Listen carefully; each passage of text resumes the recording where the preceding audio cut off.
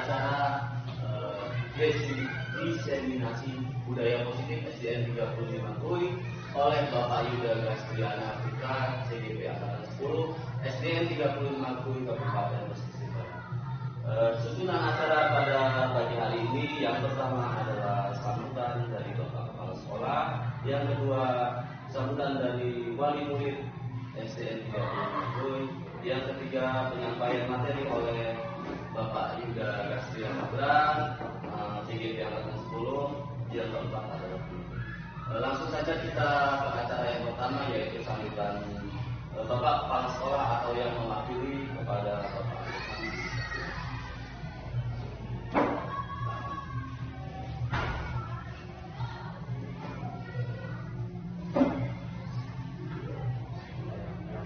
Assalamualaikum warahmatullahi wabarakatuh. Tapi pun Ya Bu.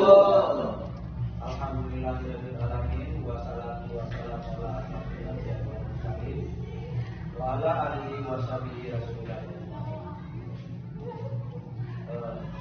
Puji syukur marilah sama-sama kita ucapkan atas kehadiran rahmat Allah yang Maha Kuasa, yang mana pada hari ini kita diberi kesempatan untuk berkumpul serta melaksanakan sebuah kegiatan kita tentang diseminasi budaya positif yang sebentar lagi akan kita laksanakan.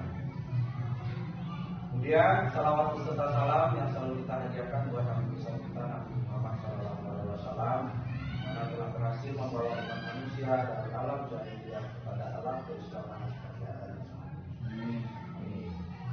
Dan saya sebagai mewakili kepala sekolah di sini, mungkin mencukupkan terimanya sampai di sana.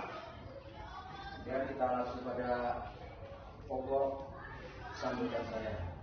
Saya sebagai mewakili kepala sekolah di sini juga sebagai pihak sekolah sangat berterima kasih dan sangat mendukung penuh program guru penggerak ini. Dan alhamdulillah kita bersyukur ada salah satu guru kita di sini berhasil lolos dalam calon guru penggerak angkatan ke-10. Mudah-mudahan perjalanan karir beliau ini berjalan mulus sampai akhir finish program ini. Yang mana kita sangat membutuhkan destinasi budaya positif ini. Sama-sama kita ketahui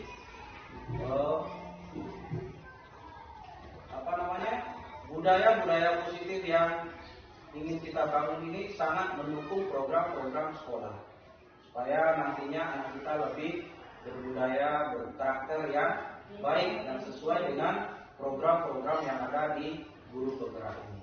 Mudah-mudahan dengan hadirnya guru kita yaitu Pak Yuda Gastriana Putra sebagai calon CGP di sini bisa membawa perubahan yang lebih positif itu bagi SDN 35 Kui khususnya, dan bagi masyarakat serta bagi bangsa dan negara. Jadi saya dan guru-guru lain sangat mendukung program CGP Angkatan 10. Mudah-mudahan berjalan lancar sesuai dengan harapan kita semua. Amin amin. Mungkin itu saja sambutan dari saya. Mohon maaf apabila ada kesalahan kata atau kata yang tidak tepat. Saya akhiri dengan wabillahi hidayah. Wassalamualaikum warahmatullahi wabarakatuh. Baik, terima kasih disampaikan kepada yang mewakili Bapak Kepala Sekolah Pak Ilham. Selanjutnya sambutan dari wali murid atau yang mewakili dari anak-anak, orang tua salah satu dari anak-anak kita kepada yang mewakili kita sendiri.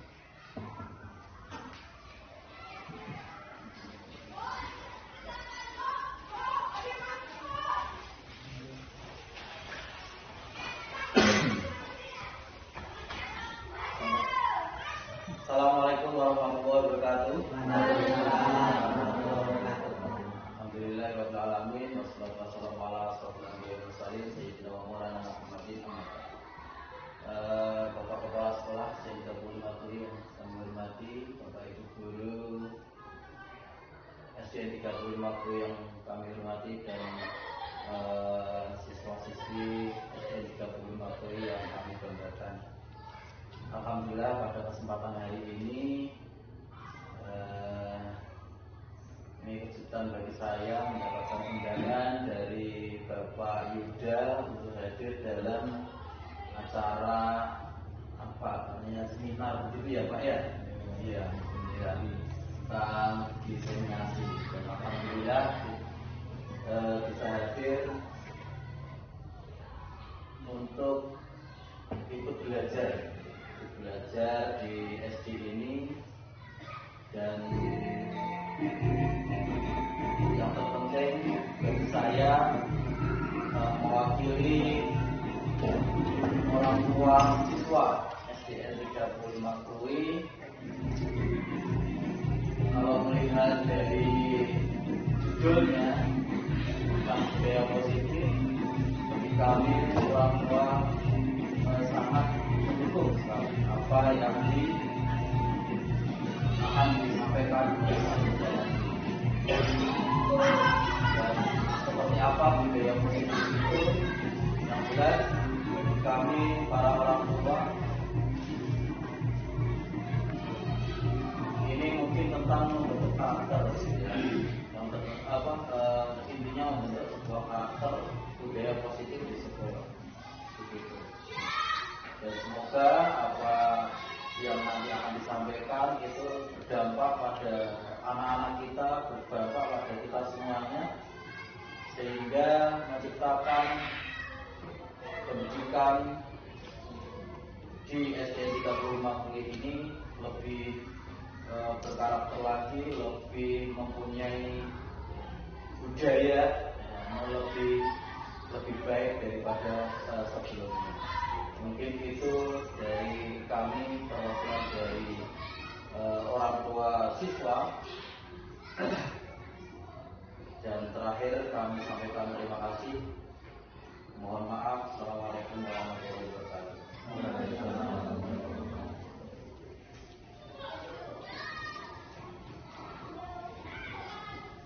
Baik, terima kasih atas sambutannya dari yang mewakili wali siswa SDN 35 Krui. Itulah dari wawasan dan beliau kita sangat luar biasa.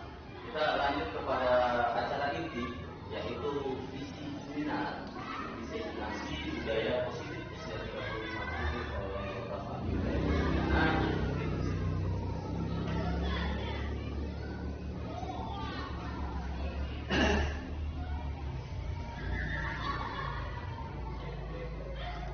Assalamualaikum warahmatullahi wabarakatuh. Waalaikumsalam warahmatullahi wabarakatuh.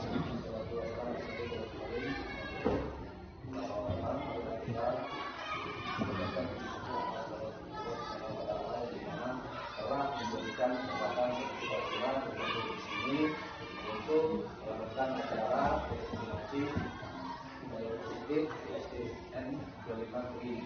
Jadi pada hari ini saya berkesempatan untuk memberikan materi tentang budaya positif di sekolah, yaitu untuk tugas saya mengikuti guru penggerak angkatan 10 di Kabupaten Gresik Barat. Jadi nanti mohon untuk kiranya memperhatikan semuanya dari materi yang saya sampaikan. Jadi nanti ada beberapa materi yang memang kita sudah biasa kita lakukan di kebiasaan kita di sekolah, yaitu budaya positif. Mohon izin kepada kepala sekolah untuk memberikan materi agar bisa nanti ke depannya kita lakukan bersama-sama. Saya menyampaikan materi ini bukan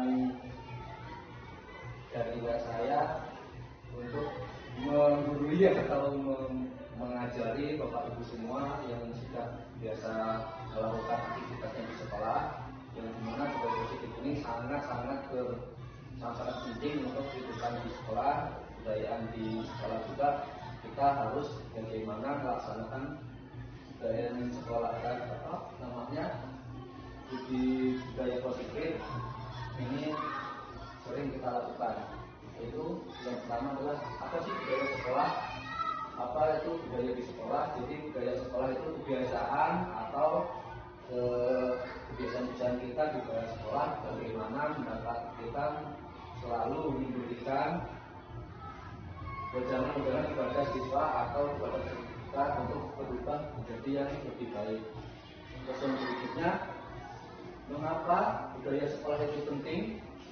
Karena dengan budaya di sekolah itu melakukan pendidikan yang lebih baik untuk memotivasi dan meningkatkan kreativitas anak, dan budaya positif juga melakukan kebiasaan-kebiasaan yang biasanya ada di kehidupan kita sehari-hari, memberikan kearifan lokal yang sifatnya positif untuk kehidupan sehari-hari di masyarakat. Kita tularkan, kita disampaikan di sekolah untuk nanti kita bisa melakukan untuk anak-anak itu di kehidupan sehari-hari. Lanjut ke slide berikutnya, yaitu budaya positif.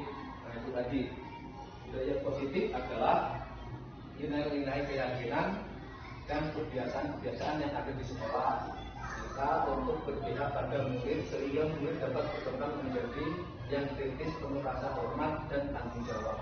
Jadi murid-murid di sekolah itu mempunyai rasa hormat kepada guru, kepada orang tua, kepada lingkungan di sekolahnya dan lingkungan di masyarakatnya, untuk memenuhi rasa tanggung jawab karena mereka sebagai peserta didik harus bisa melakukan budaya-budaya positif di sekolah maupun di lingkungan sekolahnya. Dan berikutnya, ini contoh-contoh budaya positif yang kita lakukan biasanya yaitu ini berjabat tangan sebelum masuk sekolah atau masuk kelas. Ini kemarin juga kita lakukan, kita berdiskusi dengan anak-anak. Jadi anak-anak itu kita sebagai guru atau sebagai warga sekolah itu harus memenuhi semua kebutuhan yang dibutuhkan oleh peserta didik. Yang berikutnya ini kita selalu melakukan apel pagi, atau kita biasanya apel pagi untuk melengkapi administrasi sekolahan. Jadi kita apel pagi untuk melakukan pelajaran atau memberikan materi di sekolah yang biasanya kita lakukan. Itu contoh-contoh budaya positif ada tadi yang kita sama-sama sudah jelaskan. Itu ada kita bersalaman, senyum sapa, salam, santun.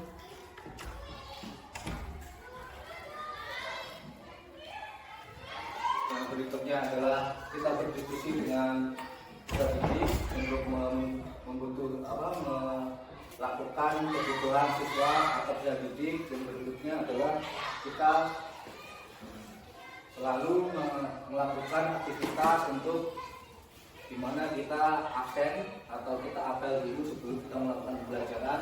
Yang berikutnya itu kita masuk ke eksplorasi konsep budaya positif. Jadi sekarang itu di sekolah-sekolah ataupun dunia pendidikan kita melakukan eksplorasi konsep budaya positif. Yang pertama adalah ini perubahan paradigma atau teori kontrol. Yang pertama perubahan paradigma yaitu adalah sekarang di dunia pendidikan perubahan paradigma itu sangat-sangat berkembang, yaitu kita melakukan teori kontrol kepada peserta didik, bagaimana kita memfasilitasi siswa itu untuk memenuhi kebutuhannya untuk belajar. Yang berikutnya adalah makna, disiplin, dan nilai-nilai kebajikan. Jadi kita ditekankan untuk melakukan kedisiplinan dan nilai-nilai kebajikan untuk melakukan kegiatan sehari-hari. Yang berikutnya itu ada motivasi perilaku manusia. Jadi kita juga dituntut untuk melakukan berperilaku, memotivasi perilaku manusia, yaitu kita berkewajiban untuk melakukan motivasi kepada peserta didik agar peserta didik itu bisa melakukan atau memperoleh prestasi yang sebagus mungkin atau yang maksimal mungkin. Yang berikutnya menggunakan hukuman, konsekuensi, dan restitusi. Jadi ini sebagai kita untuk mengontrol anak-anak, di mana kalau anak-anak itu ada yang melakukan kesalahan atau melakukan yang tidak sesuai dengan yang kita inginkan, ada tahapannya, yaitu melakukan hukuman, konsekuensi, dan restitusi. Jadi konsekuensi itu jadi di mana jika anak-anak itu kita melakukan kesalahan, kita ada konsekuensinya, ada peraturan sekolah, ada konsekuensi yang harus kita lakukan, dan restitusi itu kita bagaimana kita mengontrol agar anak-anak itu tidak terjerumus ke yang lebih dalam lagi melakukan kesalahan-kesalahan yang fatal. Yang berikutnya itu kebutuhan dasar manusia. Jadi sekarang itu kebutuhan dasar manusia ada berbagai macam. Ada kebutuhan pokok kita, ada kebutuhan kita sebagai warga negara itu mendapatkan pendidikan, diwajibkan oleh negara untuk kita mendapatkan kewajiban pendidikan sampai 12 tahun ya, sampai SMA, setelah dasar, setelah menengah sampai SMA. Bila perlu kita melakukan pendidikan itu sampai setinggi-tingginya. Yang berikutnya melakukan keyakinan kelas.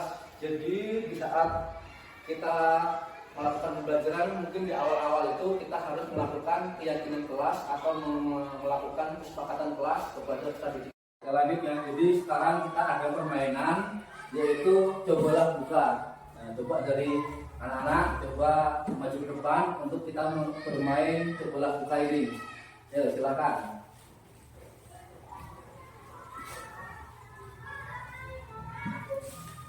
Nah, jadi ya, permainan ini adalah permainan cobalah buka, yaitu nanti yang di Marsha itu jadi yang A, yang ini dia jadi yang B. Jadi yang A, coba yang A sebelah sini, yang B sebelah sana. Oke. Jadi permainannya Bapak bacakan ya. Jadi A, tugas Anda adalah mengepalkan salah satu tangan Anda. Coba dikepalkan salah satu tangan Anda. Kemudian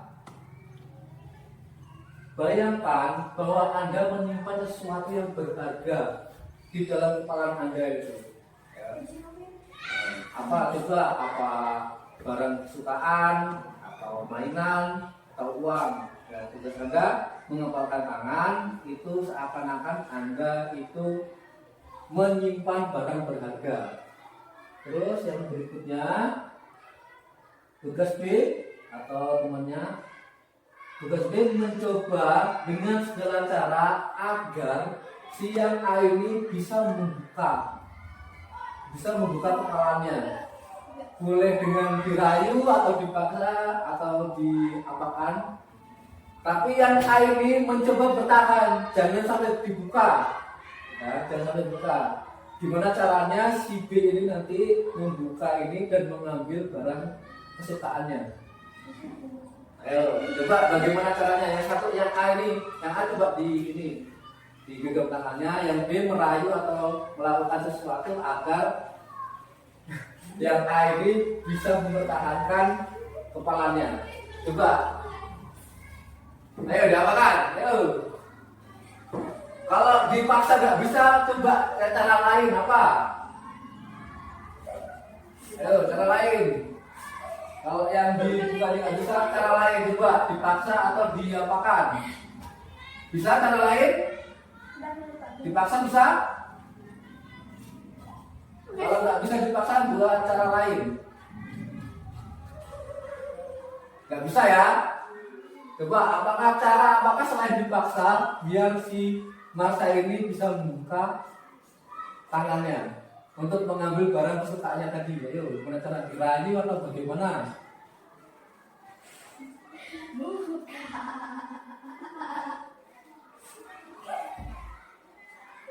Coba dirayu, ayo dirayu. Enggak, atau dititik.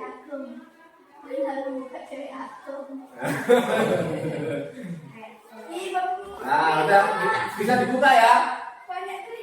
Bisa dibuka? Nah, bisa dibuka. Bisa dibuka, coba dibuka. Bisa dibuka. Nah, seakan-akan bisa dibuka. Coba seakan-akan bisa dibuka. Nah. Nah, tadi ini salah satu contoh bagaimana kontrol diri kita atau kita mempertahankan barang yang kita suka. Jadi ada kita kontrol diri, mempertahankan apa yang kita punya. Itu tadi salah satu contohnya. Jadi mengepalkan tangan. Jadi tadi dicontohkan yang A mempertahankan barangnya agar tidak diambil, tapi dipaksa sama yang B. Dipaksa itu mengalami kesulitan. Jadi bagaimana kalau mengalami kesulitan kita melakukan ada berbagai cara. Yang berikutnya itu tadi kita yang satunya yang B itu tadi dia melakukan cara-cara negosiasi dengan cara lain. Negosiasi cara lain dengan merayu atau melakukan tindakan lain sehingga barang yang dipertahankan itu bisa dimiliki ke pihak yang B. Jadi itu cara-caranya ada kita pengontrolan diri. Kalau cara lain tidak bisa, kita menggunakan cara yang berikutnya yang agar kita mencapai tujuan kita, agar tujuan kita tercapai. Itulah contohnya kita mengontrol diri kita. Makasih anak-anak sudah mempraktekkan dan kita bisa bermain bersama. Boleh kembali ke tempatnya.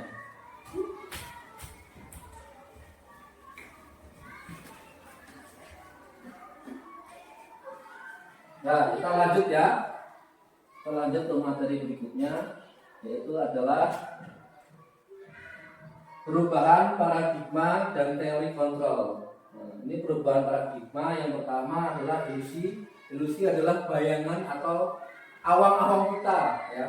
Awang-awang kita melakukan sesuatu untuk mengontrol diri. Jadi yang sekarang itu orang dewasa memiliki hak untuk memaksa. Jadi orang dewasa itu bisa memaksa orang lain untuk melakukan hal sesuatu. Contohnya tadi dilakukan, kita memaksa nih agar kita yang kita lakukan ini mencapai tujuan kita, tapi dengan cara yang tidak benar. Itu manusia dewasa memiliki rasa untuk memiliki hak untuk memaksa, yaitu untuk melakukan keinginannya agar bisa tercapai. Yang berikutnya, guru mengontrol murid. Jadi seperti tadi, contohnya kita sehari-hari mengontrol murid itu untuk melakukan tugas, kita menyampaikan materi, untuk menjalankan tugas dan mengerjakan tugas. Itu sesuatu contoh kita sebagai guru untuk mengontrol murid-murid kita atau peserta didik kita untuk mengerjakan tugas dan menyampaikan materi. Yang berikutnya adalah kritik dan membuat orang merasa bersalah dapat menguatkan karakter. Jadi di mana kalau ada yang berbuat salah kita kritik untuk memperkuat karakter. Jadi misalkan ada yang berbuat salah kita kritik nih untuk memperkuat karakter agar karakter itu tidak lagi guru atau teman sebayanya itu tidak melakukan yang tidak diinginkan. Makanya kita mengkritik untuk memberikan masukan agar kita sama-sama menjadi yang lebih baik. Berikutnya adalah penguatan positif, efektif dan bermanfaat. Jadi dari kegiatan ini dimana nanti kedepannya agar kita semua meningkatkan positif, budaya positif di sekolah agar semuanya berjalan dengan lancar. Yang berikutnya adalah penghubungan paradigma teori kontrol, yaitu ada beberapa respon, yaitu siklus respon yang ditampilkan itu adalah realitas. Kita sama dengan orang yang melihat hal yang sama. Jadi realitas itu kita dan orang lain sama-sama melihat realitas yang ada. Yang berikutnya adalah kita mencoba mengubah orang agar berpandangan sama dengan kita. Jadi walaupun orang lain berpandangan lain atau berseberangan dengan kita, kita mengusahakan biar sama pandangan seperti kita, atau contohnya kita menyatukan visi misi, membuat visi misi sekolah itu kan sama-sama kita berpandangan pertamanya berbeda dan kemudian kita melanjutkan agar bagaimana visi dan misi itu atau selama berhubungan bersama-sama. Yang berikutnya adalah perilaku buruk dilihat sebagai sesuatu kesalahan. Jadi kita atau ada teman kita yang melakukan kesalahan langsung dijat itu melakukan keburukan, itu yang sepertinya tidak boleh kita lakukan. Yang berikutnya adalah orang lain bisa mengontrol saya. Jadi ada orang lain itu bisa mengontrol saya karena perbuatan saya tidak sesuai dengan yang seharusnya, jadi orang lain bisa mengontrol saya. Yang berikutnya adalah saya bisa mengontrol orang lain. Nah ini sebaliknya, kita yang mengontrol orang lain karena perbuatannya. Yang berikutnya adalah model berpikir menang atau kalah. Nah ini kalau udah masuk ke sini kita berpikir orang itu salah atau orang itu benar, kita tidak sesuai dengan realitas yang ada. Berikutnya adalah teori kontrol. Jadi yang respon sekarang kita yang kontrol. Yaitu yang pertama adalah realitas kita berbeda. Jadi semua realitas kebutuhan kita masing-masing itu memang berbeda. Yang kedua, setiap orang memiliki gambaran yang berbeda. Yang berikutnya, kita berusaha memahami pandangan orang lain tentang dunia. Yang berikutnya, semua perilaku memiliki tujuan. Hanya ada yang bisa mengontrol diri Anda.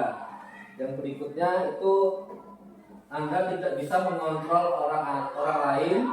Jadi kita tidak bisa mengontrol orang lain karena orang lain itu self defense ya. Jadi dia juga punya pertahanan agar tidak dikontrol oleh kita. Yang terakhir adalah model berpikir masing-masing. Jadi ya kalau udah model berpikir masing-masing, kita jalankan apa yang kita lakukan, terserah juga yang mereka lakukan, kita juga sama-sama tidak peduli. Jadi kita jalan masing-masing. Yang berikutnya adalah makna disiplin.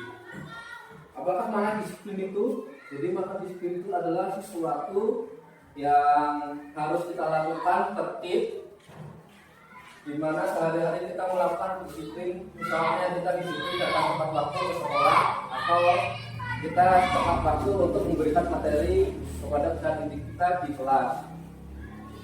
Maksudnya, maka disiplin dan nilai-nilai diberikan menurut cara kami atau menurut Bapak Pendidikan kita, Bapak Kiai Haji Mandara, itu adalah di mana ada kemerdekaan, disitulah harus ada disiplin yang kuat. Jadi di mana ada kemerdekaan harus ada nilai-nilai disiplin.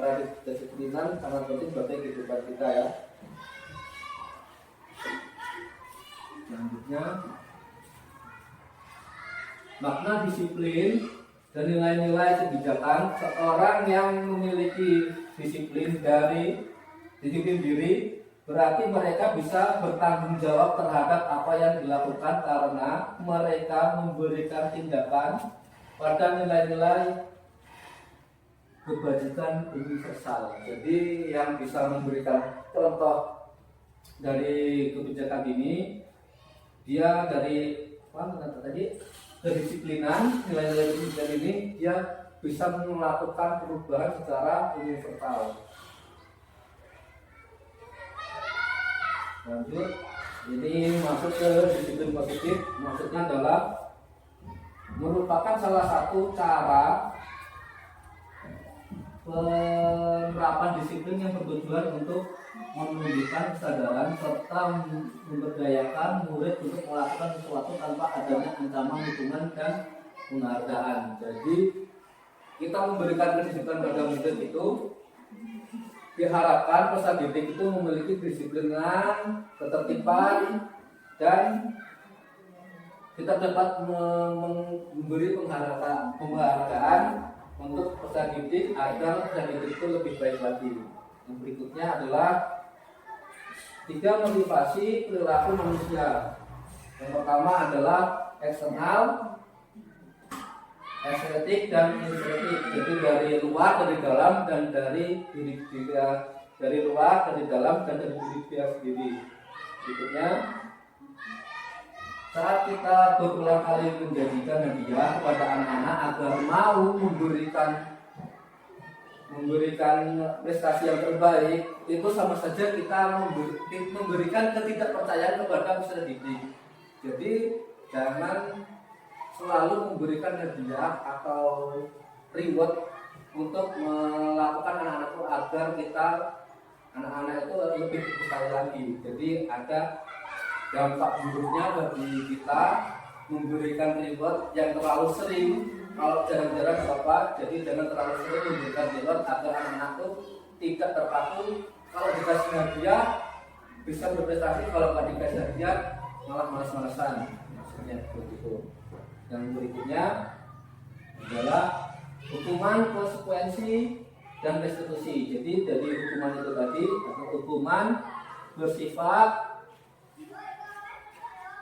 satu arah dari pihak guru yang memberikan tanpa peduli suatu kesanggupan atau hukuman yang diberikan berupa fisik maupun psikis.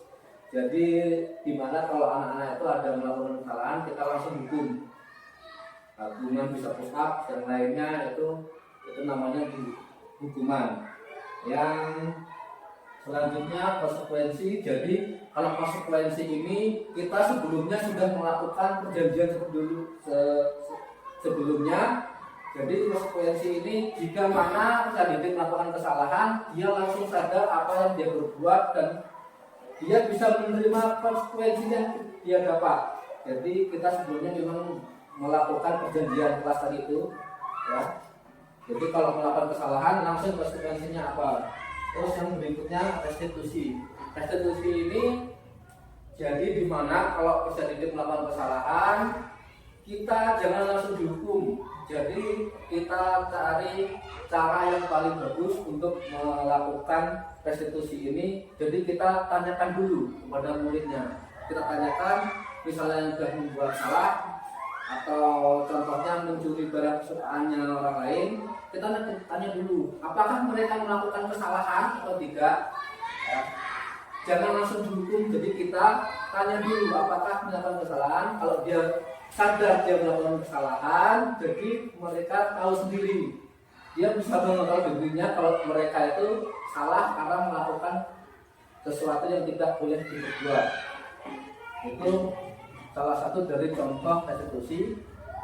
Dan kita kontrol, kita sarankan untuk mengakui kesalahan dan meminta maaf agar tidak melakukan hal tersebut di lain waktu. Berikutnya adalah juga memberikan disiplin murid. Itu tadi ada yang ini hukuman, konsekuensi, dan restitusi. Nah, restitusi ini ada beberapa contohnya, yaitu tadi bukanlah untuk menebus kesalahan atau yang diberikan, namun untuk belajar dan dari kesalahan. Ya sudah tadi saya jelaskan itu.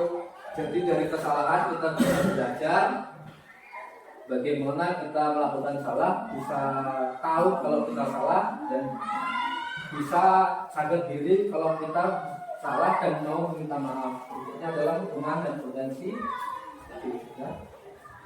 Ini hukuman oleh pelanggaran, penghargaan.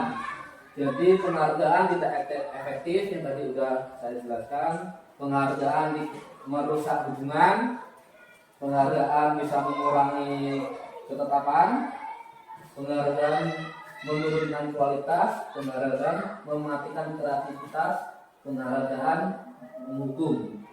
Jadi kalau kita sering-sering melakukan penghargaan, ada beberapa efek negatif yang ditimbulkan. Salah satunya ini tadi, kita bisa menurunkan kualitas diri kita yang seharusnya kita bisa menurunkan diri, malah kita kalau apa-apa harus pakai ada hadiahnya. Berikutnya ini sudah ya. Nah, kita masuk ke keyakinan kelas. Jadi keyakinan kelas itu kenapa harus melakukan keyakinan kelas? Apa bedanya keyakinan kelas dengan kesepakatan kelas dan pengaturan kelas? Jadi keyakinan kelas ini kita meyakini bahwa semua dari peserta didik dan guru-gurunya harus meyakini bahwa harus ada peraturan kelas dan keyakinan kelas yang disepakati bersama untuk melancarkan pembelajaran yang dilakukan di setiap pembelajaran untuk melancarkan pembelajaran di kelas. Jadi ada nanti yang tugas piket, ada yang melakukan kegiatan kelompok, bisa dari kelompok atau kegiatan individu. Lanjut, ini keyakinan kelas, kesepakatan kelas lebih rinci dan detail, kesepakatan kelas konkret dan lebih mirip pada peraturan. Jadi keyakinan kelas ini juga meyakini bahwa bersifat lebih berisi nilai-nilai kebajikan yang diyakini secara universal. Berikutnya, keyakinan kelas atau kesepakatan kelas adalah mendengarkan ketika guru, ini contoh-contohnya, mendengarkan guru ketika memberikan materi. Yang pertama, tidak menyela atau menjarakan orang lain, mengangkat tangan jika ingin bertanya, dan hal-hal yang berikutnya yang lebih positif untuk pelajaran kelas. Ini keyakinan kelas contohnya adalah menghormati diri sendiri dan orang lain, saling menyayangi, beriman dan bertakwa kepada Tuhan, disiplin, bertanggung jawab, dan menghargai teman. Jadi yang sudah tadi dijelaskan, keyakinan kelas sama kesepakatan kelas agak berbeda, tapi intinya itu untuk memberikan dampak positif kepada anak-anak atau peserta didik untuk yang lebih baik. Berikutnya adalah ini, dari semuanya untuk pelajaran di kelas kita mempunyai itu adalah budaya positif, lingkungan yang positif, keyakinan kelas, dan peraturan kelas. Jadi dari semua ini kita harus melakukan semuanya agar tercapai pembelajaran yang efektif.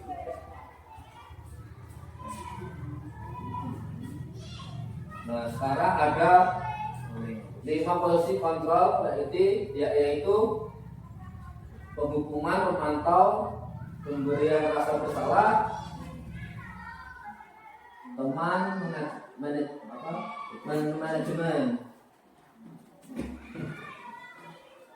Ini kita lanjut, kenapa sih restitusi penting? Karena ada rasa bersalah menguras energi. Yang berikutnya adalah ketika merasa bersalah kita mengalami identitas kegagalan. Yang berikutnya, perasaan bersalah membuat kita terperangkap pada masa lalu di mana kita sudah tidak bisa membuat apa-apa lagi.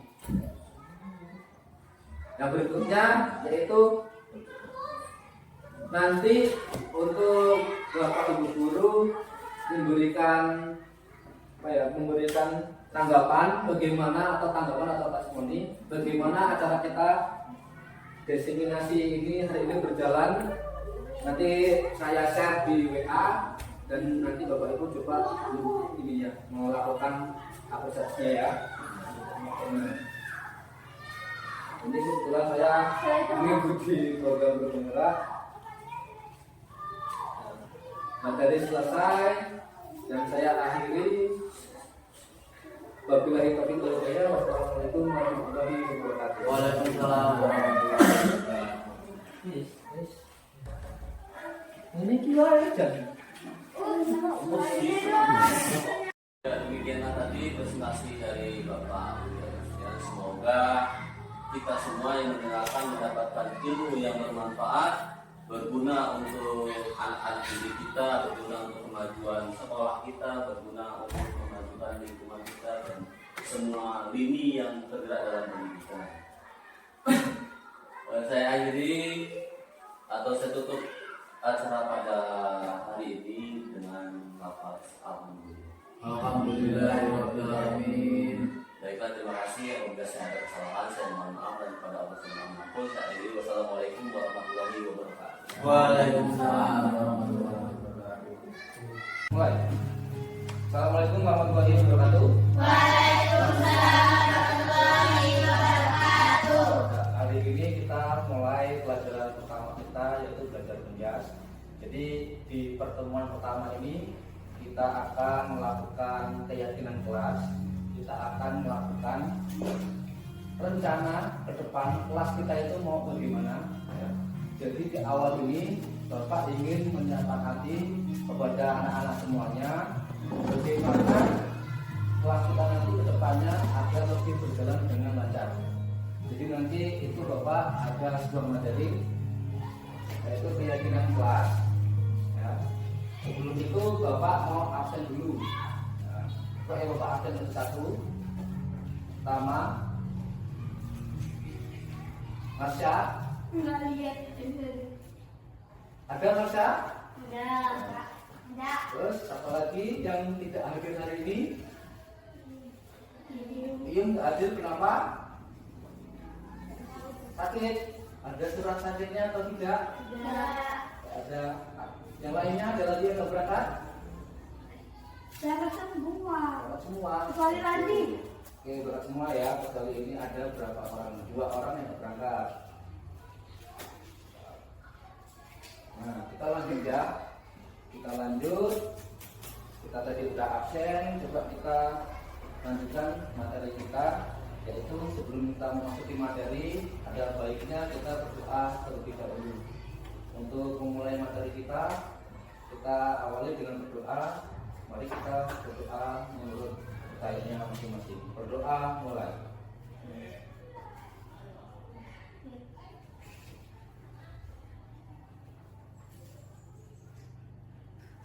Doa selesai. Nah, kita sekarang masuk ke materi ya. Jadi Bapak sekarang sudah materi, yaitu keyakinan kelas. Jadi Bapak ini ditugaskan dari paham Bapak itu untuk menugaskan ya sebenarnya kita sepakatan dari pernah kita lakukan seperti ini, sepakatan kelas. Jadi yang pertama itu Bapak dapat tugas itu keyakinan kelas 1.4 3A 43, yaitu tentang keyakinan kelas. Jadi apa sih keyakinan kelas itu? Ada yang tahu? Ada yang tahu? Apa maksudnya? Nah, keyakinan kelas itu adalah kesepakatan untuk kita belajar bagaimana nanti kita di materi-materi berikutnya. Sebelum kita nanti masuk ke materi yang di lapangan, awalnya kita kan di kelas dulu. Jadi kita itu melakukan keyakinan kelas atau kesepakatan kelas yang kita sepakati bersama. Kita lanjut ya. Itu kita harus bersikap positif.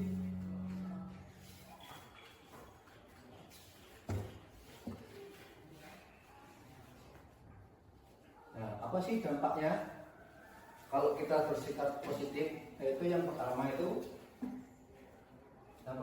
kita ini berusaha hadir tepat waktu. Oke? Bisa?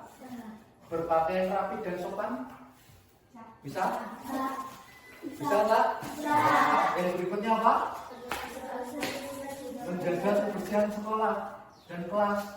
Jadi waktu kita mau melakukan pelajaran olahraga itu terus bisa mungkin kita memakai baju yang rapi, yang bersih, terus kelasnya itu juga bersih ya.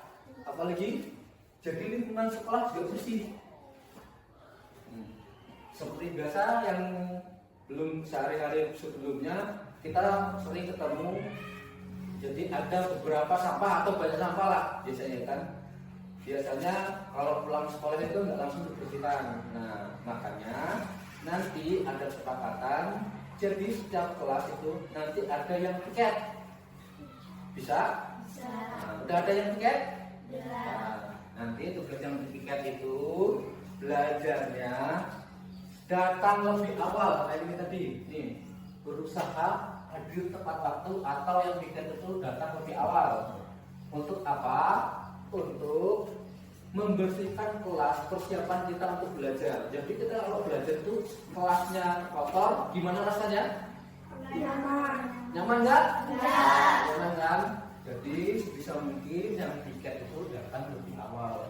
Terus berikutnya ini apa? Mengikuti pembelajaran dengan tata tertib dan disiplin. Bisa jalan kayak gini? Kira-kira kita melakukan pembelajaran mengikuti tata tertib dan disiplin. Yang berikutnya berkomitmen untuk menjalankan setiap tugas. Jadi nanti kalau ada bapak guru nanti diberikan tugas seperti yang semester sebelumnya kita ada tugas apa kemarin? Saya masih ingat tugas menanti lama, tugas menanti lantai, atau tugas bola kecil, bola besar. Ada yang ingat? Gak ada? Gak ada sama sekali? Ada yang ingat nggak? Sengaja.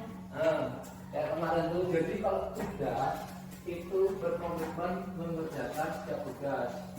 Dan yang terakhir menghormati guru dan teman.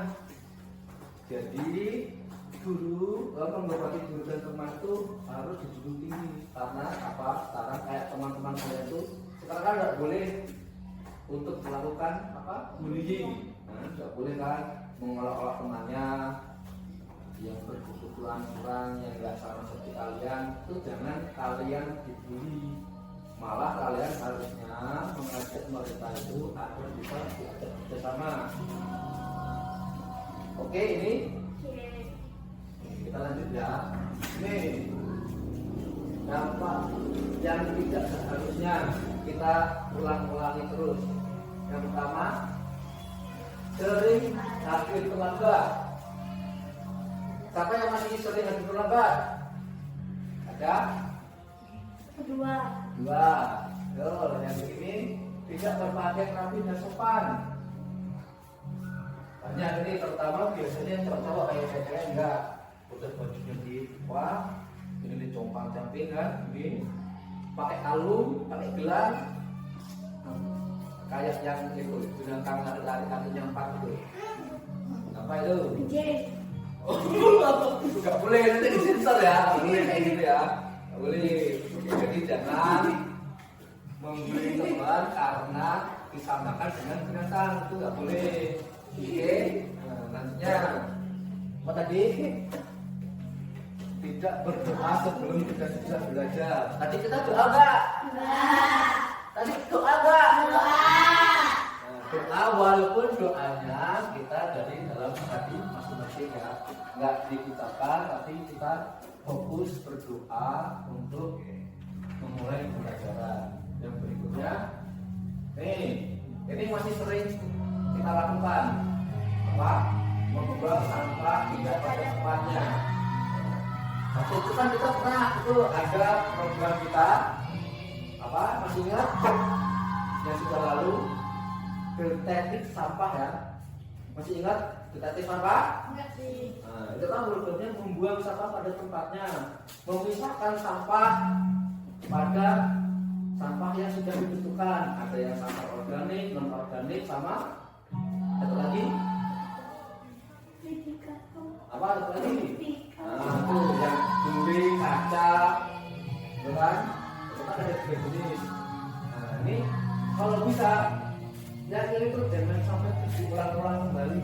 Kita fokus ke itu yang harusnya kita jalani ya. Terus berikutnya tidak mengikuti pembelajaran dan tata tertib dan disiplin. Jadi sengaja kalian nggak ikut, misalnya jam 4 bapak itu kalian nggak ikut, sengaja kan nggak mau lah belajar sama aja. Gurunya nggak pernah masuk, bener nggak? Gurunya nggak pernah masuk, karena kalian apa jadinya malah olahraga dan kalian sengaja nggak masuk. Sebenarnya kalau bapak itu nggak pernah masuk karena biasanya bapak ada tugaskan yang lain ya. Kayak waktu berikutnya kayak kemarin tuh ada tugas lain yang bapak tidak masuk sekolah, tapi kan bapak memberikan kalian tugas. Itu mudah-mudahan di pertemuan berikutnya itu tidak terjadi lagi seperti itu. Yang selanjutnya, malas mengerjakan tugas. Masih ada? Masih. Kenapa malasnya kok nggak mau mengerjakan tugas? Mainan. Apa ini dari orang tua uang sakunya kurang, jadi malas mengerjakan tugas? Enggak, banyak semua ya kasihnya ya. Yang berikutnya adalah menghormati guru dan teman itu tadi. Kita tidak menghormati guru dan teman. Jadi ya kalian di sini biasanya cuek sama temannya, sama gurunya. Kadang kan kalau dikasih tahu gurunya tentang kebaikan, kalian cuek, nggak mau nurutin. Jadi apa yang guru sampaikan ke kalian itu masuk kanan keluar kiri, kalian nggak sama sekali tidak mau melakukan apa yang disuruh oleh guru, itu yang untuk kebaikan kalian, tapi kalian abaikan. Ya.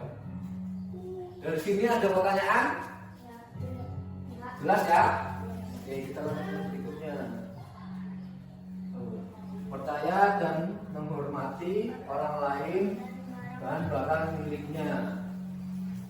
Sama, dampaknya meminta izin menggunakan barang orang lain. Kayak kemarin kan kita udah pernah tuh, ada teman kita yang tahu-tahu barang ini diambil. Siapa yang ambil kemarin?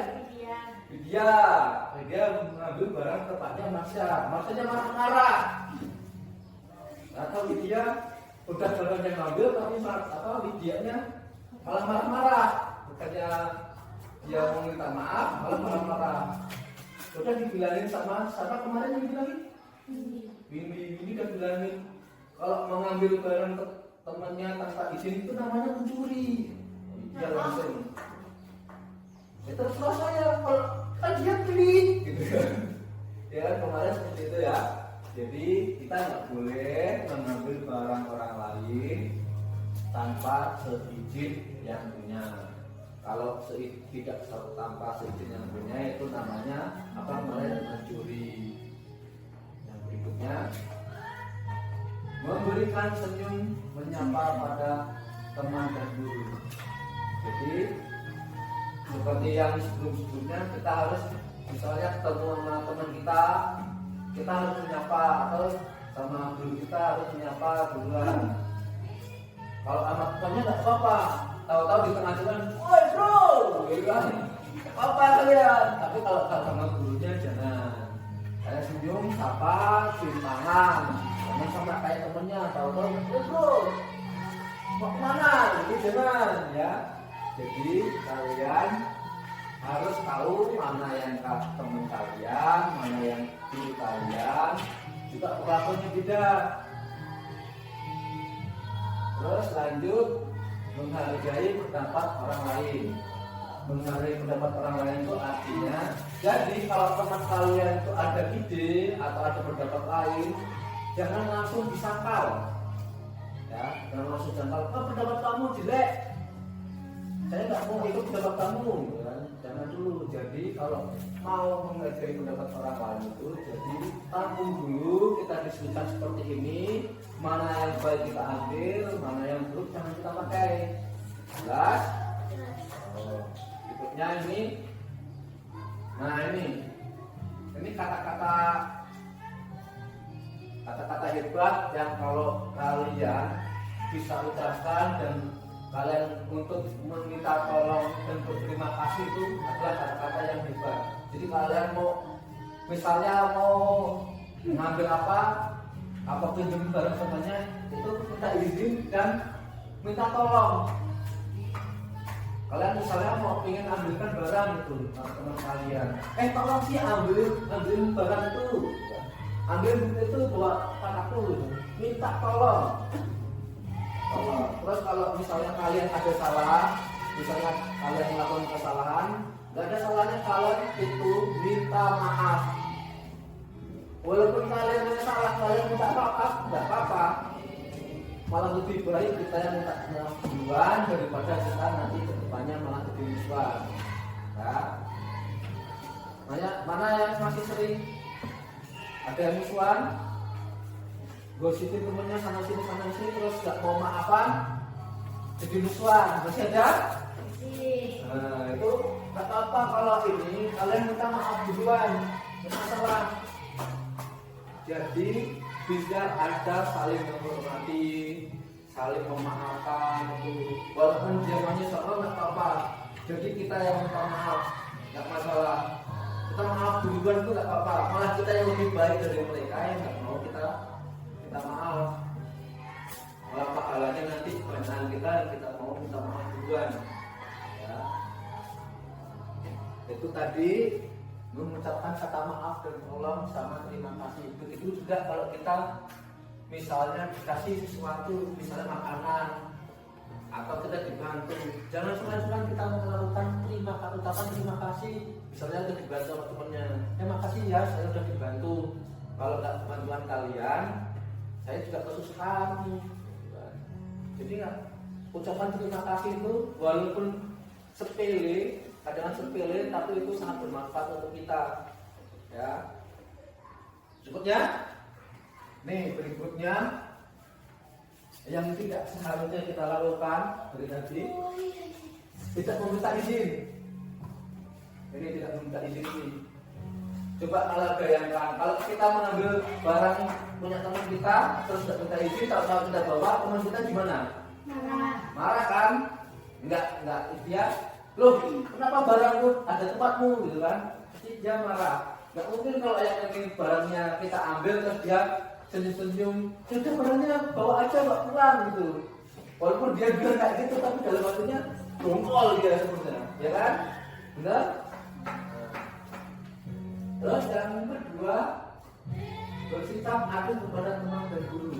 Tadi kita udah menyampaikan, guru sudah menyampaikan apa yang tidak boleh, apa yang boleh, tapi kalian tetap saja melakukan yang harusnya tidak kalian lakukan.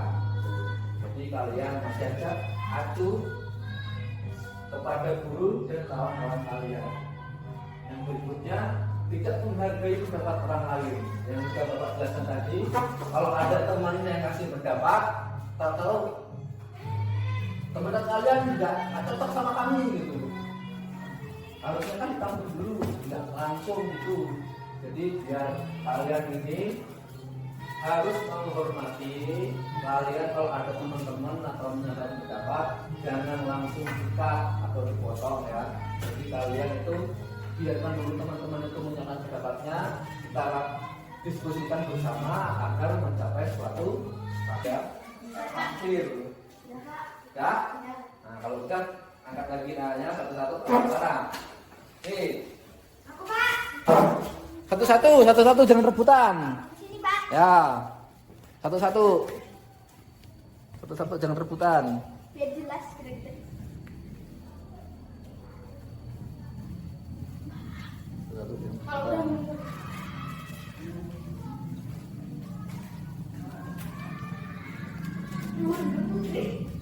Kalau aku lagi di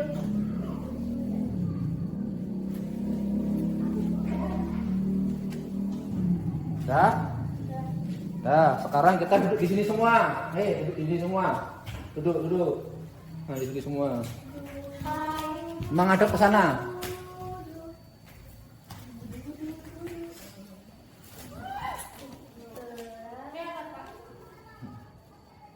Nah, ya. Setelah kita tadi melakukan materi keyakinan kelas. Nah, jadi kalian sudah mengelompokkannya jadi yang awal sampai yang terakhir. Jadi kita coba ya satu-satu. Apakah kalian sudah paham tentang materi kita yang keyakinan kelas itu? Jadi kita ini sudah menjadi kesepakatan kelas ya. Kesepakatan kelas kita ini menjadi tolak ukur kita untuk melanjutkan nanti ke depannya bagaimana kondisi kelas kita yang akan kita lakukan di semester depan ya. Kita sepakat dari sekarang kita menjalankan kelas kita harus sesuai dengan apa yang kita sepakati. Itu tadi yang pertama, datang tepat waktu. Oke ya, sepakat ya. Yang keduanya, membersihkan lingkungan sekolah. Sepakat? Oke. Yang kedua, menyapa teman dan guru. Oke, kayak kalau kita kemarin tuh kita ada 5S atau 4S. Yang salam, sapa, santun, sopan, apa lagi? Senyum. Nah, senyum. Nah, S5 itu tadi yang disebutkan salam, sapa, senyum, sopan, santun ya. Itu kita lakukan dalam menghadapi kita pelajaran nanti kita yang di kelas selanjutnya. Menyapa sudah, ini selalu menjaga kebersihan. Oke, ya. Kalau yang pikir bisa datang lebih awal. Yang berikutnya berdoa sebelum belajar. Kita tadi sudah berdoa kan. Nah, selanjutnya kita harus seperti itu. Meminjam barang tanpa izin. Ini maksudnya mana? Ini masuk kesempatan kita. Itu tadi kalau kita meminjam barang harus seizin yang punya ya. Jadi ini nanti kita pindah ke sini, oke? Ya, ini nanti kita pindah ke sini. Ini terbalik ya. Berikutnya selalu tepat waktu, datang tepat waktu itu maksudnya ya. Jadi jangan ada yang terlambat kalau mengikuti pelajaran di kelas. Yang berikutnya berangkat tepat waktu ini sama menghormati guru dan teman ya. Menghormati guru dan teman yang sudah Bapak sampaikan tadi, kita harus saling menghormati dengan guru, dengan teman, dengan lingkungan sekolah, dengan masyarakat. Kita harus saling menghormati ya. Ada yang tanya? Tidak jadi tanya. Nah, kita sekarang gantian yang sebelah kanan Bapak atau diri kalian. Ini yang kita mau menghadiri materi. Berdoa sebelum pulang. Nanti kita doa sebelum pulang. Selalu tepat waktu untuk melaksanakan tiket. Jadi sebelum pulang ada yang kita dulu. Ini apa? Mengingatkan teman jangan lupa. Kalau ada tugas temannya boleh diingatkan. Oke. Terus berdoa sudah belajar. Ini sama ya. Meminta izin menggunakan barang orang lain boleh, harus minta izin, jangan nggak izin dulu. Namanya apa? Mencuri, tak boleh. Ini menghargai pendapat orang lain ya. Jadi kita harus menghargai pendapat orang lain.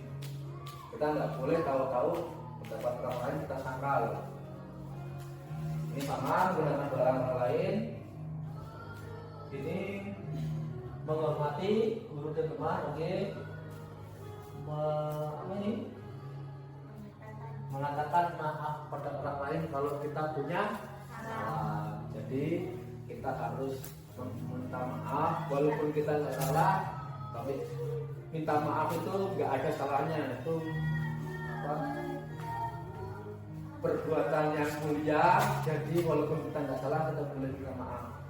Oke, dari sini ada pertanyaan? Ya. Nah, kalau nggak ada, kita abang dulu untuk materi yang kita sudah jalani. 1, 2, 3. Ayo balikkan materi.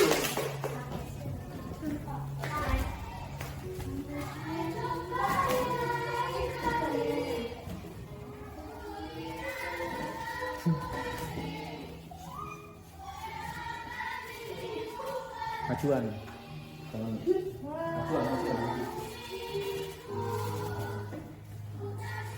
Jadi kita udah di ujung materi kita.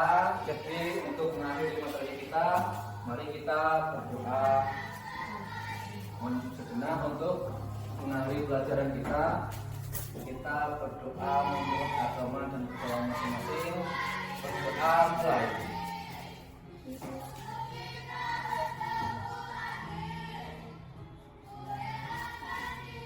Doa selesai. Alhamdulillah kita sudah melaksanakan materi kita tentang apa tadi? Keyakinan kelas untuk menyepakati kelas kita di pertemuan selanjutnya. Apa akhiri? Wassalamualaikum warahmatullahi wabarakatuh.